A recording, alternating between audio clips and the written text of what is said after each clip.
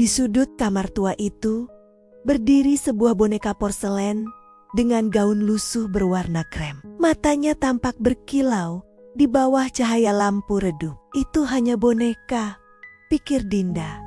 Tapi sejak malam itu, hidupnya berubah. Sebelum kisah ini dimulai, jangan lupa subscribe, like, komen, dan share. Karena cerita ini akan membuatmu meragukan apa yang benar-benar hidup di rumahmu. Boneka itu ditemukan di pasar barang antik oleh ibunya. Penjualnya berkata, boneka ini tidak dijual untuk dimainkan, hanya untuk disimpan. Tapi ibunya tertawa kecil dan membelinya dengan harga murah, tanpa tahu rahasia di balik senyumnya yang dingin. Sejak boneka itu dibawa pulang, Dinda merasa rumahnya menjadi lebih sunyi. Di malam hari, terdengar suara langkah kecil di lantai kayu. Padahal, ia tinggal sendirian dengan ibunya. Kadang, ia merasa boneka itu berpindah tempat tanpa ada yang menyentuhnya. Suatu malam, Dinda mendengar suara lirih dari arah lemari. Suara seperti anak kecil sedang tertawa pelan. Ia menyalakan lampu dan melihat boneka itu duduk di lantai, menghadap langsung ke arah tempat tidurnya. Boneka itu tampak tersenyum lebih lebar dari sebelumnya. Pupil matanya sedikit bergeser, seolah sedang menatap. Dinda menjerit dan menutupinya dengan kain. Tapi saat pagi datang, kain itu terlipat rapi di atas meja. Ibunya tak percaya dengan cerita Dinda.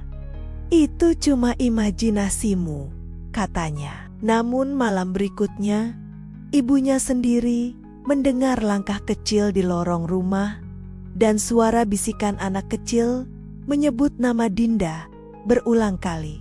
Keesokan paginya, boneka itu ditemukan duduk di dapur dengan pisau kecil di tangannya. Ibunya menuduh Dinda bermain-main, tapi gadis itu bersumpah ia tak pernah menyentuhnya sejak malam sebelumnya.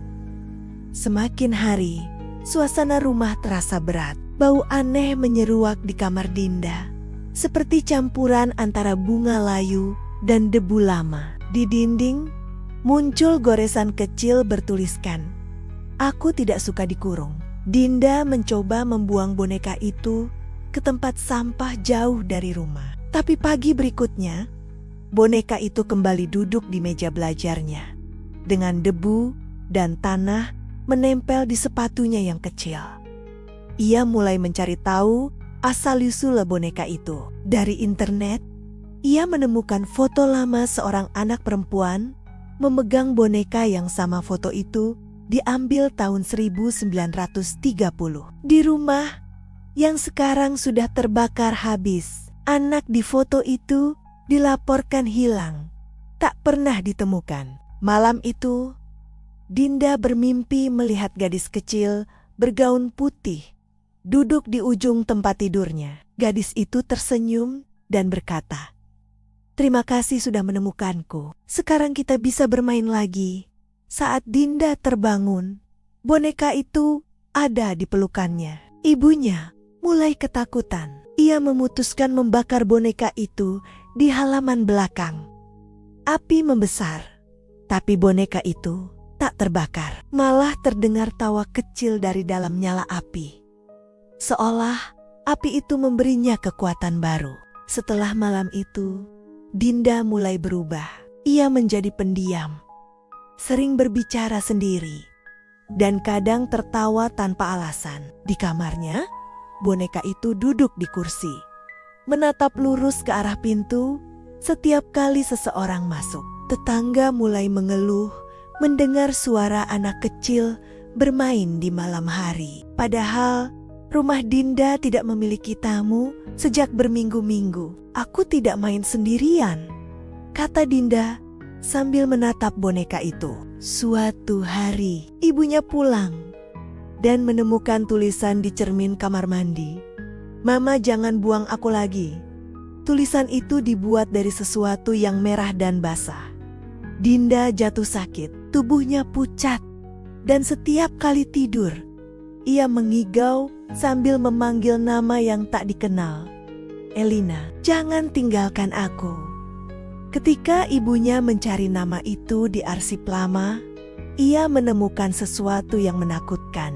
Elina adalah nama anak perempuan dalam foto tahun 1930 itu.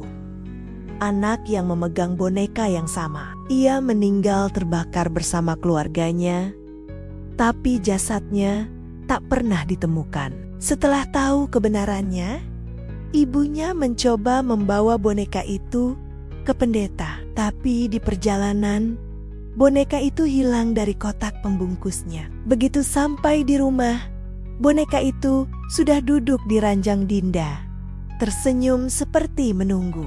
Suara tawa anak kecil mulai terdengar di seluruh rumah. Piring bergetar, pintu berderit sendiri, dan setiap malam tirai kamar bergerak meski tak ada angin. Dinda mulai memanggil boneka itu kakak. Suatu malam, Dinda berkata kepada ibunya dengan suara datar, "Kakak bilang dia ingin tinggal selamanya. Jangan usir dia lagi." Mata Dinda tampak kosong, tapi bibirnya tersenyum dengan cara yang sama seperti boneka itu.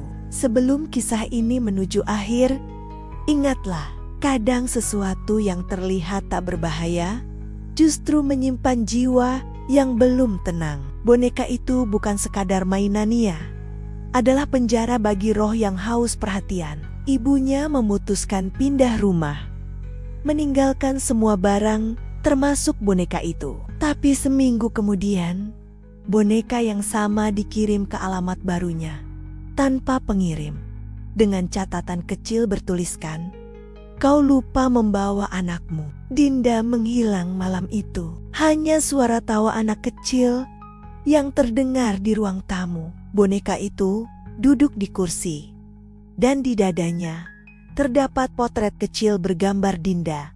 Sejak saat itu, siapapun yang memegang boneka itu akan mulai bermimpi tentang gadis kecil bergaun putih yang memanggil namanya. Dan setiap kali mimpi itu muncul, boneka akan berpindah tempat. Banyak orang mencoba menghancurkan boneka itu, tapi tak pernah berhasil. Ia selalu kembali utuh, dengan senyum yang makin lebar, seolah menikmati setiap ketakutan yang ia timbulkan. Kisah ini menyebar ke seluruh kota. Boneka itu kini dikenal dengan nama anak tanpa bayangan.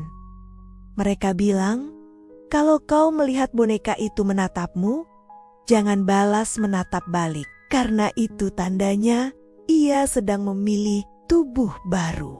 Beberapa tahun kemudian, boneka itu muncul di museum lokal. Pengunjung sering melaporkan boneka itu berkedip atau tersenyum berbeda dari posisi sebelumnya. Tapi rekaman CCTV selalu rusak setiap tengah malam. Seorang penjaga museum bercerita bahwa setiap malam boneka itu berbisik, "Aku ingin pulang." Namun tak ada yang tahu di mana rumah yang ia maksud. Mungkin rumah itu tak ada di dunia ini. Ketika museum terbakar misterius suatu malam, hanya satu benda yang tidak rusak boneka itu. Matanya tampak lebih gelap, lebih dalam, seolah menyimpan ratusan jiwa di dalamnya. Boneka itu kini berpindah tangan dari satu kolektor ke kolektor lain. Semua pemiliknya mengalami mimpi buruk yang sama. Gadis kecil berdiri di depan jendela, memanggil nama mereka. Dan pada akhirnya, kebenaran terungkap. Boneka itu bukan sekadar terkutuk. Ia adalah tempat roh anak-anak yang meninggal tanpa sempat dimakamkan dengan layak. Ia mencari teman agar tak kesepian di dunia yang dingin. Sampai kini, boneka itu masih ada. Entah di rak toko antik, entah di rumah seseorang yang tak tahu sejarahnya. Tapi satu hal pasti, ia akan terus mencari seseorang yang mau bermain dengannya lagi. Jika suatu hari kau melihat boneka lama di sudut kamar dengan mata yang tampak mengikuti setiap gerakmu, jangan mendekat, karena bisa jadi ia sedang menunggumu menyebut namanya. Dan begitulah akhir kisah boneka yang hidup. Bukan sekadar teror, tapi juga peringatan. Tidak semua kenangan masa kecil pantas disimpan. Sebagian harus dibiarkan pergi, agar jiwa-jiwa yang terjebak di dalamnya bisa beristirahat dengan tenang.